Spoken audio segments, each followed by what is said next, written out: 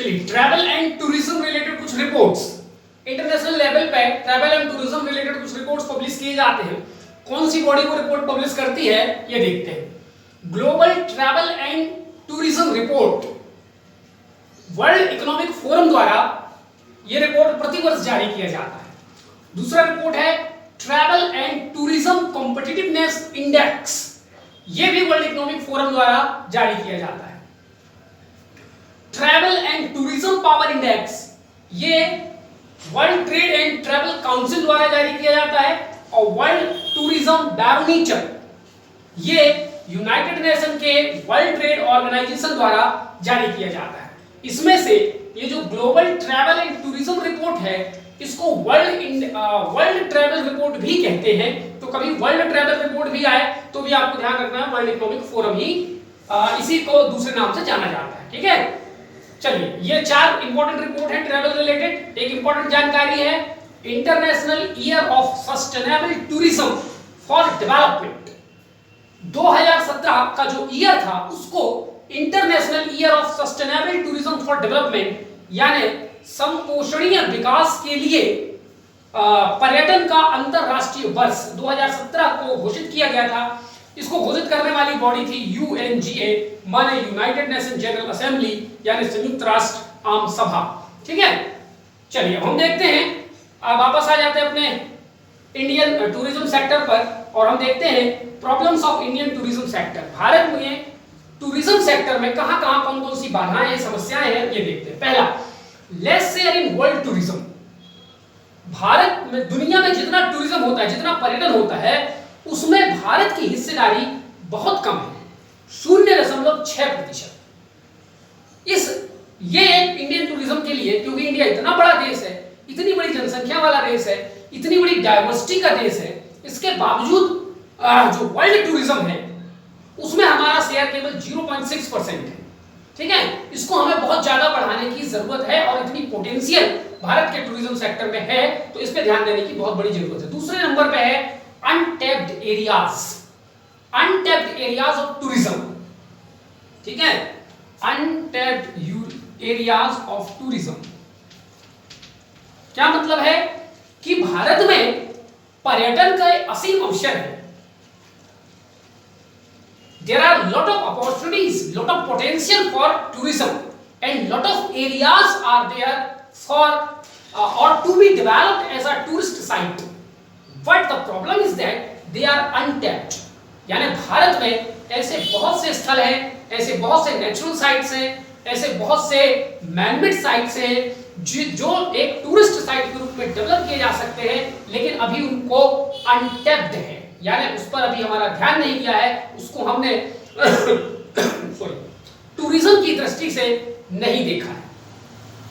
जैसे जबलपुर की ही बात करें तो जबलपुर में जैसे कि वो जो बैलेंसिंग स्टोन है और पूरा रानी दुर्गावती वगैरह का जो पूरा वो एक इलाका है, गढ़ा इलाका, ठीक है, यदि उसको डेवलप किया जाए तो वो एक बहुत अच्छा टूरिस्ट साइट बन सकता है और उससे अच्छी खासी रेवेन्यू जनरेट की जा सकती है। ठीक है, ऐसे पूरे दुनिया में पूरे भारत में ऐसे बहुत से खासकर के नेचुरल साइट्स हैं जिसकी अनदेखी की गई है। इसके अलावा टूरिज्म के नए नए क्षेत्र, अगर हम अंतरराष्ट्रीय स्तर पर देखें तो टूरिज्म के ऐसे बहुत सारे सेक्टर्स हैं, जैसे वाइल्ड लाइफ टूरिज्म इंडिया में ना के बराबर है, जबकि दुनिया में वाइल्ड लाइफ टूरिज्म एक बहुत फेमस टूरिज्म का सेक्टर है। तो ऐसे नए सेक्टर की हमें पहचान करनी पड़ेगी, नए साइट्स की पहचान करनी पड़ेगी और उसको एक टूरिज्म के रूप में डेवलप करना पड़ेगा। तीसरे नंबर पे है lack of adequate infrastructure. Adequate infrastructure में क्या क्या आएगा?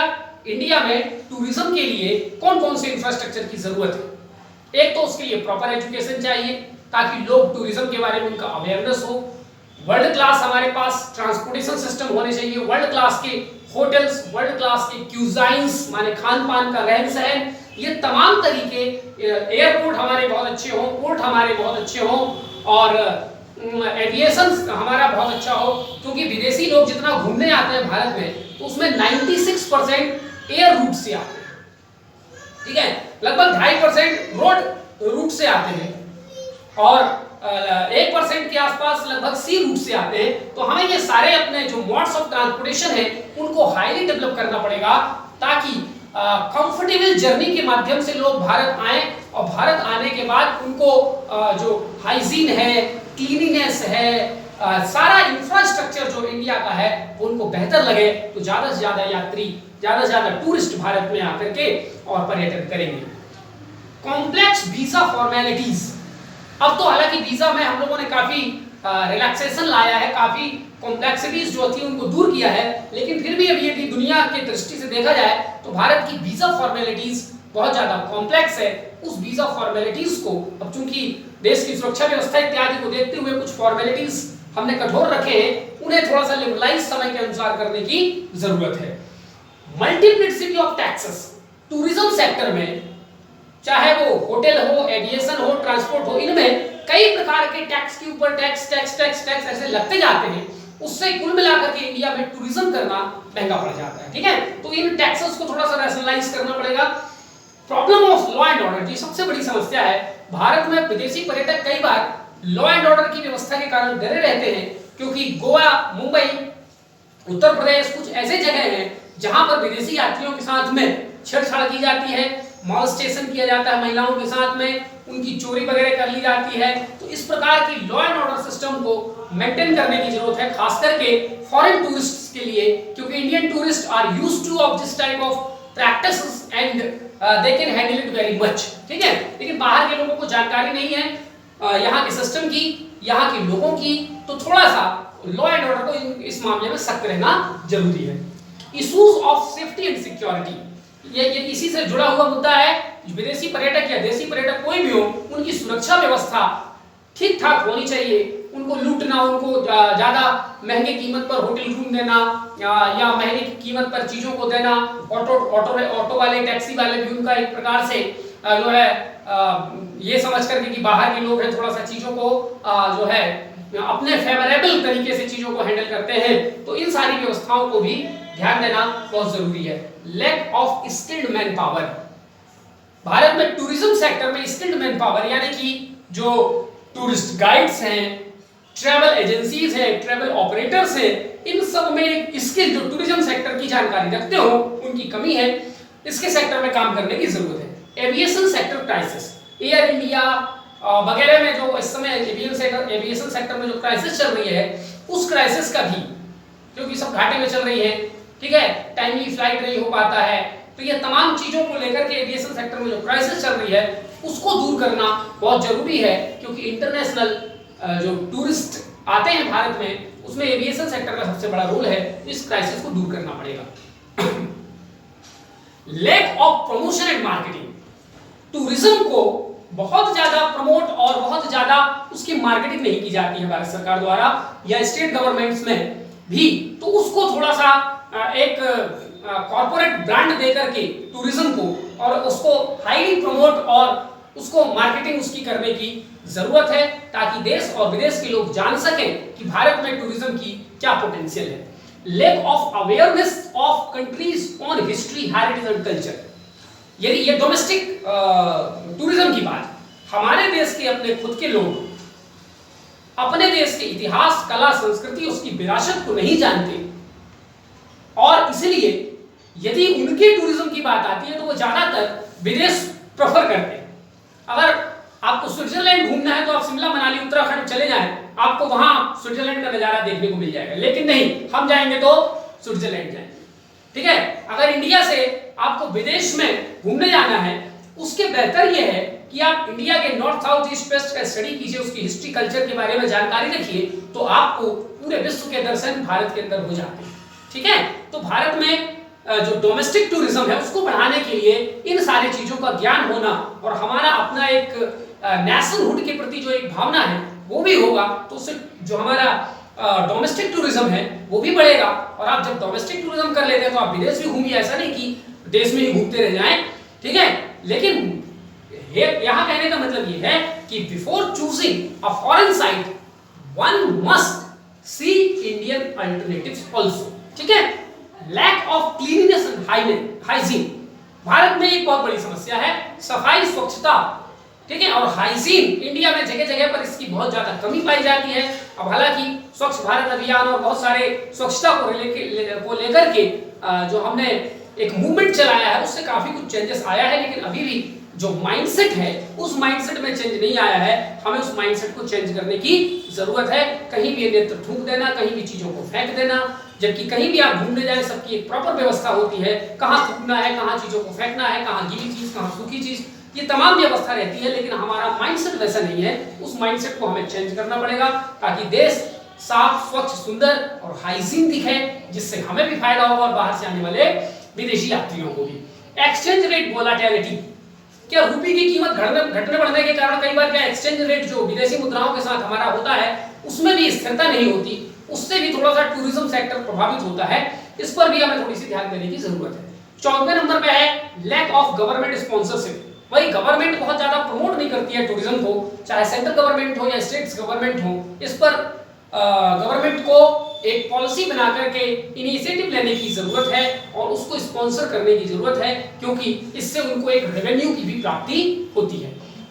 लेस प्राइवेट पार्टिसिपेशन, अभी टूरिज्म सेक्टर में जितना प्राइवेट पार्टिसिपेशन होना चाहिए उतना नहीं है, क्योंकि प्राइवेट पार्टिसिपेशन अदर इंडस्ट्रीज में अपना ध्यान जो है वो कॉन्सेंट्रेट करते हैं। तो ज्यादा से ज्यादा प्राइवेट होटल्स, अच्छे क्लास के होटल्स, ज्यादा से ज्यादा प्राइवेट ट्रांसपोर्ट कंपनीज, ये तमाम चीजें जो टूरिज्म से रिलेटेड है उनमें प्राइवेट पार्टिसिपेशन बहुत जरूरी है और एक टूरिज्म सेक्टर को डेवलप करने वाले नजरिए के साथ में। ठीक है, चलिए, ये तो इंडियन टूरिज्म सेक्टर की प्रॉब्लम्स हो गई। अब हम बात करते हैं गवर्नमेंट इनिशिएटिव्स, भारत सरकार ने क्या कदम उठाए हैं। ठीक है, तो सबसे पहला कदम 1967 में उठाया गया, a separate ministry with various attached bodies.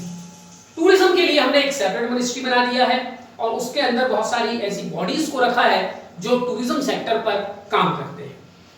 Promotion and marketing, इसके लिए भारत सरकार ने कुछ कदम उठाए हैं और कुछ स्टेट गवर्नमेंट ने भी कदम उठाए हैं। हम यहाँ पर भारत सरकार की बात करेंगे कि प्रमोशन और मार्केटिंग के लिए कुछ important campaign, webinar, mobile apps, schemes, ये सारी चीजें जो है भारत सरकार ने लॉन्च की है। उदाहरण के लिए कैंपेन में इनक्रेडिबल इंडिया 2002 में शुरू किया गया था, फिर 2014 में उसको इनक्रेडिबल इंडिया 2.0 कर दिया गया, फिर इनक्रेडिबल इंडिया मोबाइल ऐप भी बना दिया गया, फिर इनक्रेडिबल इंडिया वेबसाइट भी बना दिया गया और फिर इनक्रेडिबल इंडिया नाम से जो है एक सेमिनार भी आयोजित किया जाता है। ठीक है, फिर आते हैं वेबिनार में।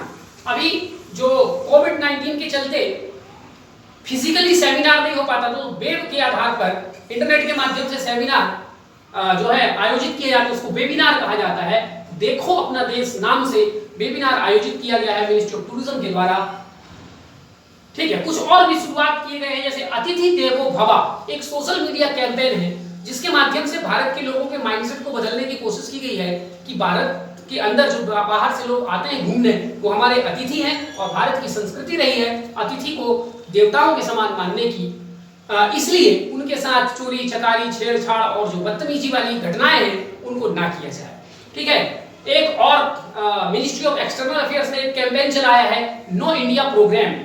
नो इंडिया प्रोग्राम खास करके हमारे एनआरआई और पीआईओ भाइयों के लिए है जिनको भारत वापस लाया जाता है कि आप टूरिज्म के टूरिस्ट बन करके भारत में आइए और अपने देश को जानिए। ठीक है, भारत पर्यटन पर्व भी मिनिस्ट्री ऑफ टूरिज्म द्वारा जगह जगह पर आयोजित किए जाते हैं जिससे भारत में पर्यटन के क्या अवसर है इसके बारे में जानकारी दी जाती है।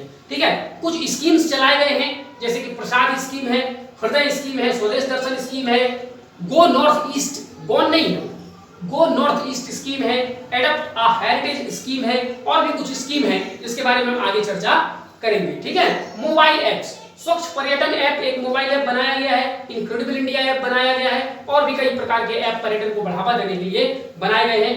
ट्रांसपोर्टेशन में यदि हम देखें तो इंडियन रेलवे द्वारा कई लग्जरी क्लास के ट्रेन्स पर्यटन को बढ़ावा देने के लिए देशी और विदेशी पर्यटकों के लिए चलाए जाते हैं, जैसे Maharaja trains, Rajasthan royal zone, wheels, ऐसे मैंने आपको जब हम लोग रेलवे पढ़ रहे थे तो वहां पर मैंने आपको लिखाया। तो ये तमाम प्रकार की कोशिशें सरकार द्वारा जारी है। तीसरे नंबर पे हम देखते हैं जो मिनिस्ट्री ऑफ टूरिज्म है उन्होंने एक इंटरनेशनल एडवर्टीजमेंट कैंपेन भी लागू किया है, अर्थात भारत के पर्यटन के पोटेंशियल को अंतरराष्ट्रीय स्तर का विभिन्न प्लेटफॉर्म में विभिन्न देशों में जाकर के उसको एडवर्टीजमेंट के माध्यम से प्रमोट करना। चौथी बात, कल्चरल एक्सचेंज प्रोग्राम्स। इजी मेकॉन्ग गंगा कॉर्पोरेशन। भारत सरकार कई देशों के साथ में सांस्कृतिक आदान प्रदान का कार्यक्रम आयोजित करती है, जिससे भारत उन देशों की संस्कृति को और वे देश भारत की संस्कृति को जानते हैं और इससे पर्यटन के अवसर दोनों देशों के साथ में म्यूचुअली रूप से बढ़ते हैं। ऐसी कुछ इनिशिएटिव्स भारत सरकार ने आसियान देशों के साथ लिया है, जिसमें मेकॉन्ग गंगा कॉर्पोरेशन, जिसमें थाईलैंड, वियतनाम ये सब देश हैं, उनके साथ मिलकर के भारत सरकार कल्चरल एक्सचेंज प्रोग्राम चला रही है। 5वें नंबर का है year of tourism initiatives. Year of tourism, year initiatives का मतलब क्या होता है कि एक जैसे भारत है तो भारत अपने यहाँ एक साल किसी दूसरे देश के लिए टूरिज्म ईयर घोषित करता है, उसी प्रकार वह देश भी अपने यहाँ भारत के लिए पूरा एक साल टूरिज्म ईयर घोषित करता है। इस प्रकार का एक एग्जाम्पल है, 2019 को इंडिया आसियान टूरिज्म ईयर घोषित किया गया है, यानी 2019 में आसियान के देश जो 10 देश हैं वो भारत में पर्यटन के क्या अवसर हैं अपने देश में जानकारी देंगे और भारत भी उन देशों में क्या अवसर है इंडियन के पर्यटन के लिए ये जानकारी देंगे। ठीक है, तो ऐसे प्रोग्राम्स एक देश दूसरे देश के साथ में, एक देश दूसरे ऑर्गेनाइजेशन के साथ में मिलकर के चलाता है, तो उससे म्यूचुअली पर्यटन की जो पोटेंशियल है उनकी जानकारी हमें प्राप्त होती है। 6वें नंबर पे बात है मेंबरशिप ऑफ इंटरनेशनल ऑर्गेनाइजेशंस, जो कि टूरिज्म रिलेटेड ऑर्गेनाइजेशन है। भारत उनमें से कई इंटरनेशनल ऑर्गेनाइजेशन का मेंबर है। इससे भी हमें टूरिज्म सेक्टर के ग्रोथ के बारे में, उसको कैसे डेवलप करें, हमें जानकारी प्राप्त होती है। तो किसके किसके हम मेंबर हैं? हम मेंबर है यूनाइटेड नेशन WTO के और एशिया पैसिफिक टूरिज्म एसोसिएशन के WTTC के, इनके हम मेंबर हैं। 7वें नंबर पे है beginning of Indian tourism mart. Indian tourism mart जो है फेथ नामक एक इंस्टीट्यूट और मिनिस्ट्री ऑफ टूरिज्म मिलकर के करते हैं। फेथ हम इसके पहले पढ़ चुके हैं, ठीक है, federation of association of travel ऐसा करके, ठीक है। चलिए कहां थे हम लोग? ओके, तो इंडियन टूरिज्म मार्ट में भारत में टूरिज्म सेक्टर के जितने स्टेक होल्डर हैं, होटल वाले, केटरिंग वाले, उन सब लोगों को एक प्लेटफॉर्म में लाकर के इंडिया में जो टूरिज्म सेक्टर को कैसे ग्रो करना है उस पर चर्चा की जाती है। ठीक है, selection of 17 iconic tourist sites for their development. Budget 2019-20 में भारत के 17 जगहों को चुना गया है जिनको इंटरनेशनल लेवल का टूरिस्ट साइट जो है बनाया जाएगा और उनको आइकॉनिक टूरिस्ट साइट का दर्जा दिया जाएगा। 9वें नंबर पे ई टूरिस्ट वीजा स्कीम भारत सरकार ने लॉन्च किया है, ठीक है, जिसमें वीजा की कुछ कॉम्प्लेक्सिटीज है वो कम हुई है। 10वें नंबर पे establish a chain of heritage and luxury hotels. प्राचीन काल में हमारे यहाँ जो मध्यकाल वगैरह के जो भारत के राजा रजवाड़े थे उनके महलों को होटल में चेंज किया गया, लग्जरी होटल्स में चेंज किया गया है। इसके अलावा और भी कई लग्जरी होटल्स बनाए गए हैं, ठीक है। तो हेरिटेज और लग्जरी होटल्स भारत में बनाए जा रहे हैं।